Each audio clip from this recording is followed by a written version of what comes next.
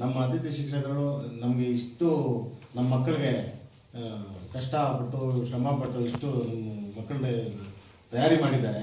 ಆ school day ಅಲ್ಲೇ ಗೊತ್ತಾಗುತ್ತೆ. ಊರೆಲ್ಲ ಹೇಳ್ತಾ ಇದೆ ನಿಮ್ಮ ಟೀಚರ್ಸ್ ಒಳ್ಳೆ ಟೀಚರ್ಸ್ ಸಿಕ್ಕಿದ್ದಾರೆ. ಶಿಕ್ಷಣ ನೀಡಿದ ಶಿಕ್ಷಕರನ್ನ ಸದಾ ಗೌರವದಿಂದ ಕಾಣಬೇಕು. ಕರ್ನಾಟಕ ಉರ್ದು ಸಾಹಿತ್ಯ ಪರಿಷತ್ನ ಅಧ್ಯಕ್ಷ ಮೊಹಮ್ಮದ್ ನಾಸಿರ್ ಪ್ರತಿಯೊಬ್ಬ ಮಗುವಿಗೆ ಶಿಕ್ಷಣ ಕೊಟ್ಟು ಅವರನ್ನ ಸುಶಿಕ್ಷಿತ ಪ್ರಜೆಯನ್ನಾಗಿ ಹಾಗೂ ದೇಶದ ಅಭಿವೃದ್ಧಿಯಲ್ಲಿ ಭಾಗಿಯಾಗುವಂತೆ ಮಾಡುವಂತಹ ಶಿಕ್ಷಕರ ಸೇವೆ ಅಪಾರವಾಗಿದ್ದು ಅವರನ್ನ ಸದಾ ಗೌರವದಿಂದ ಕಾಣಬೇಕೆಂದು ಕರ್ನಾಟಕ ಉರ್ದು ಸಾಹಿತ್ಯ ಪರಿಷತ್ನ ಅಧ್ಯಕ್ಷ ಮೊಹಮ್ಮದ್ ನಾಸಿರ್ ಹೇಳಿದ್ದಾರೆ.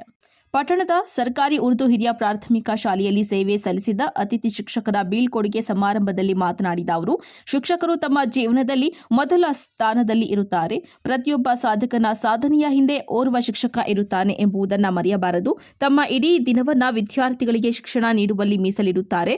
ಅವರ ನಿಸ್ವಾರ್ಥ ಸೇವೆಗೆ ನಾವೆಲ್ಲರೂ ಚಿರಋಣಿಯಾಗಿರಬೇಕು. ಇನ್ನು ಅತಿಥಿ ಶಿಕ್ಷಕರಿಗೆ ಕಡಿಮೆ ಗೌರವಧನ ನೀಡುತ್ತಿದ್ದು ಅವರು ಸಹ ಉತ್ತಮ ಸೇವೆ ಸಲ್ಲಿಸುತ್ತಿರುತ್ತಾರೆ. ಅವರಿಗೆ ಸರ್ಕಾರಗಳು ನೀಡುತ್ತಿರುವ ಗೌರವಧನವನ್ನು ಹೆಚ್ಚಿಸಬೇಕು ಎಂದು ಹೇಳಿದ್ದಾರೆ. ಈ ವೇಳೆ ಉರ್ದು ಶಾಲೆಯ ಮುಖ್ಯ ಶಿಕ್ಷಕರು ರವೀಂದ್ರ ಗೌಡ, ಅತಿಥಿ ಶಿಕ್ಷಕರಾದ ಕೌಸರ್ ಸುಲ್ತಾನ್, ರೇಷ್ಮಾ ಭಾನು, ಶಾಫಿಯಾ ಕೌಸರ್, ಆದಿಲಕ್ಷ್ಮಮ್ಮ, ರೇಷ್ಮಾ ಸೇರಿದಂತೆ ಇನ್ನಿತರರು ಇದ್ದರು. ವರದಿ ಸತೀಶ್ ಬಾಬು, ಎ ನಂದಿ ಟಿವಿ, ಗುಡಿಬಂಡೆ.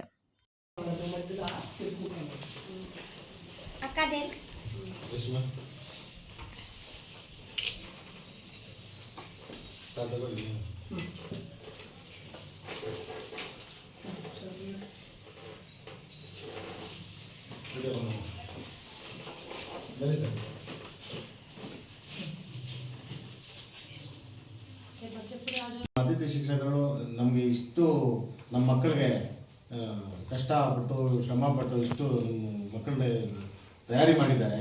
ಆ ಸ್ಕೂಲ್ ಡೇ ಅಲ್ಲೇ ಗೊತ್ತಾಗುತ್ತೆ. ಊರೆಲ್ಲ ಹೇಳ್ತಾ ಇದೆ ನಿಮ್ಮ ಟೀಚರ್ಸ್ ಒಳ್ಳೆ ಟೀಚರ್ಸ್ ಸಿಕ್ಕಿದ್ದಾರೆ ನಿಮ್ಮ ಶಾಲೆಗೆ. ಇಂಥ ಕಾರ್ಯಕ್ರಮ ಮಾಡಬೇಕಾದ್ರೆ ಶಿಕ್ಷಕರು ಇದ್ರೇ ಮಾಡೋದು, ದುಡ್ಡು ಹಾಕಿದ್ರೆ ದೊಡ್ಡದಲ್ಲ ಅದು ಅಂತ ಊರೆಲ್ಲ ಹೇಳ್ತಾ ಇದ್ದಾರೆ. ಅದಕ್ಕಾಗಿ ನಾವು ಒಂದು ಚಿಕ್ಕದಾಗಿ ಒಂದು ಸನ್ಮಾನ ಕಾರ್ಯಕ್ರಮ ಈ ಸಮಯದಲ್ಲಿ ಇಟ್ಕೊಂಡಿದ್ದೀವಿ. ನಾನು ಶಿಕ್ಷಕರನ್ನ ಹೇಳೋದು ಒಂದೇ ಏನಂದರೆ, ಇಷ್ಟು ದಿನ ನನ್ನ ಜೊತೆ ನಮ್ಮ ಸರ್ ಜೊತೆ ನೀವು ಕೆಲಸ ಮಾಡಿದ್ದೀರಾ. ತುಂಬ ಒಳ್ಳೆಯ ರೀತಿಯಲ್ಲಿ ಮಾಡಿದ್ದೀರಾ, ತುಂಬ ಒಳ್ಳೆಯ ರೀತಿಯಲ್ಲಿ. ಯಾಕಂದರೆ ಒಂದು ಮಾತು ಅವರು ಜೋರಾಗಿ ಹೇಳಿರ್ಬೋದು, ನಾನು ಹೇಳಿರ್ಬೋದು. ನಾನು ಹಲವಾರು ಸರಿ ಬಂದು ಹೇಳ್ತಾನೆ ಇರ್ತೀನಿ, ಆ ಥರ ಮಾಡಿ ಈ ಥರ ಮಾಡಿ ಅಂತ. ನನ್ನ ಮಾತುಗೂ ಯಾವುದೇ ಬೇಜಾರು ಮಾಡ್ದಂಗೆ ನೀವೆಲ್ಲ ಇಷ್ಟು ದಿನ ಇಷ್ಟು ಚೆನ್ನಾಗಿ ಸುಂದರವಾಗಿ ನಮ್ಮ ಶಾಲೆ ನಡೆಸ್ಕೊಂಡು ಬಂದಿದ್ದೀರಾ. ನಿಮಗೆ ಧನ್ಯವಾದಗಳು ಹೇಳೋಕ್ಕೆ ಇಷ್ಟಪಡ್ತೀನಿ. ನಾನು ಇಲ್ಲಿ ಸುಮಾರು ಒಂದು 4 ವರ್ಷದಿಂದ ಕನ್ನಡ ಶಿಕ್ಷಕನಾಗಿ ಆಗಮಿಸಿದ್ದೀನಿ. ಈ ಶಾಲೆ ತುಂಬ ಉತ್ತಮವಾಗಿದೆ. ನನಗೆ ಈಗ ಬೇರೆ ಶಾಲೆಗೆ ವರ್ಗಾವಣೆ ಆಗಿದೆ. ಹೇಳಬೇಕು ಅಂದರೂ ಕೂಡ ಅದು ದುಃಖದ ವಿಷಯ ಅಂತ ನನಗೆ ಅನಿಸ್ತಾ ಇದೆ. ಯಾಕೆ ಅಂತಂದರೆ ನನಗೆ ಹೋಗೋಕ್ಕೆ ಇಷ್ಟನೇ ಇಲ್ಲ. ಇರೋ ಮಾತು ಹೇಳ್ತೀನಿ. ನಾನು ಆಚೆ ಒಂದು ಈಚೆ ಒಂದು ಹೇಳಲ್ಲ. ನನಗಂತೂ ತುಂಬ ಚೆನ್ನಾಗಿ ಎಲ್ಲರೂ ಸಹ ಉತ್ತಮವಾಗಿರ್ತಕ್ಕಂಥ ಒಂದು ಸಹಕಾರವನ್ನು ಕೊಡ್ತಾಯಿದ್ರು. ಈ ಶಾಲೆ ಬಿಟ್ಟು ಹೋಗ್ಬೇಕಂದ್ರೆ ನನಗೂ ಬಾಧೆ ಆಗ್ತಾ ಇದೆ. ನನಗೆ ಗೊತ್ತಿರೋ ಹಾಗೆ ಮತ್ತು ಇಲಾಖೆಯಲ್ಲಿ ನನಗೆ ಕೊಟ್ಟಿರ್ತಕ್ಕಂಥ ಮಾಹಿತಿ ಪ್ರಕಾರ ನಾಳೆ ನಾನು ರಿಲೀವ್ ಆಗ್ತೀನಿ. ಬೇರೆಯವರು ಬರ್ತಾರೆ, ಯಾರನ್ನೋ ಒಬ್ಬರನ್ನ ಅಪಾಯಿಂಟ್ ಮಾಡಿದ್ದಾರೆ ಇಲ್ಲಿಗೆ. ಅವರು ನಾಳೆ ಬೆಳಗ್ಗೆ ಇಲ್ಲಿಗೆ ಬರ್ತಾರೆ. ನಾನು ಮಧ್ಯಾಹ್ನ ಅಷ್ಟೊತ್ತಿಗೆ ನಾನು ರಿಲೀವ್ ಆಗಿ ಬೇರೆ ಕಡೆ ಹೋಗ್ತಾ ಇದ್ದೀನಿ. ಆದರೆ ನಾನು ಇಲ್ಲಿ 4.5 ವರ್ಷದಿಂದ ಮಾಡಿದ್ದೀನಿ ಕೆಲಸ. ಏನೇ ಆಗಲಿ ನಿಮಗೆ ಮನಸ್ಸಿಗೆ ಘಾಸಿ ಆಗ್ತಕ್ಕಂಥ ಒಂದು ಮಾತು ಏನಾದರೂ ಅಂದಿದ್ರೆ ನನ್ನನ್ನು ಕ್ಷಮಿಸಬೇಕು ಅಂತಕ್ಕಂಥದ್ದು ಈ ಸಮಯದಲ್ಲಿ ನಾನು ಹೇಳೋದಕ್ಕೆ ಇಷ್ಟಪಡ್ತೀನಿ. ಆದರೆ ನನಗೆ ಗೊತ್ತಿರೋ ಹಾಗೆ ನಿಮ್ಗೆ ಯಾರಿಗೂ ಸಹ ಆಗದೇ ಇರ್ತಕ್ಕಂಥ ರೀತಿಯಲ್ಲಿ ನಾನು ಮಾಡಿದ್ದೀನಿ ಇಲ್ಲಿ ಕೆಲಸ. ನನ್ನ ಪಾಠಪೂರ್ವಕ ನಾನು ಮಾಡಿದ್ದೀನಿ.